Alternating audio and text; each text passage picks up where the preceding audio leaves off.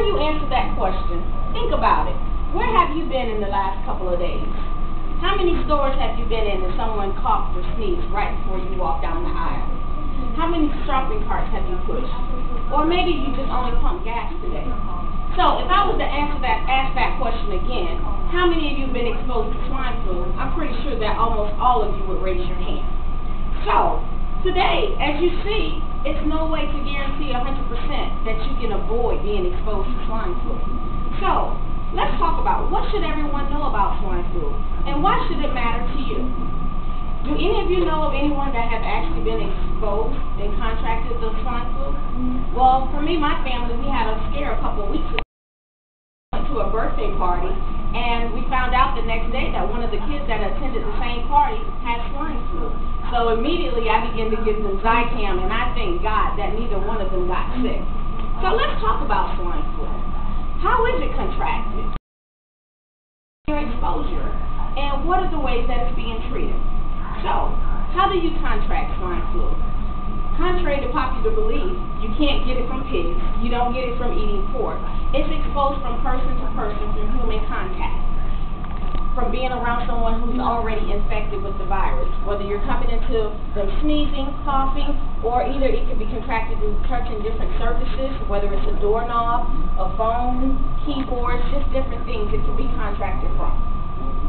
And then also, you being in areas, keep touching your mouth, touching your nose, touching your eyes, according to the CDC. Those are all different ways that you can contract the swine flu.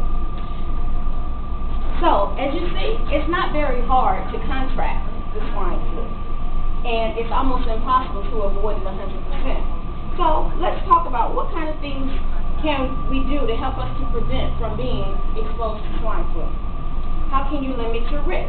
Washing your hands thoroughly, washing your hands repeatedly throughout the day.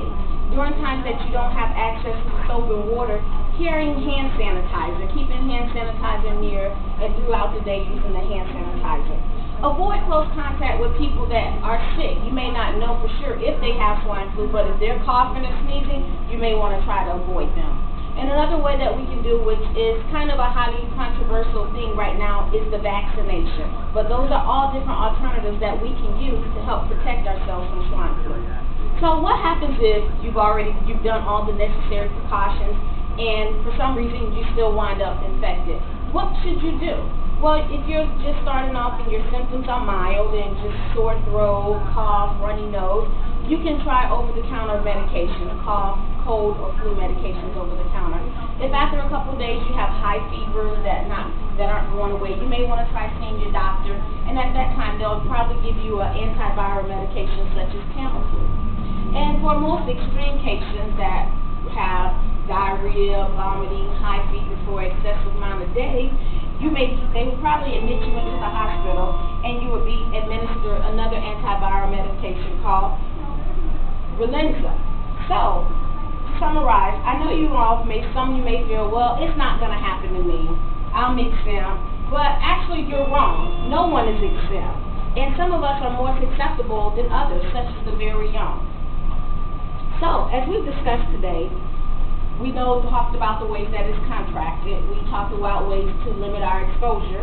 And we discussed how it's being treated. So, and I know many of you have watched the local news and you've seen many of people around this world, in America, in other countries who've actually died from the swine flu.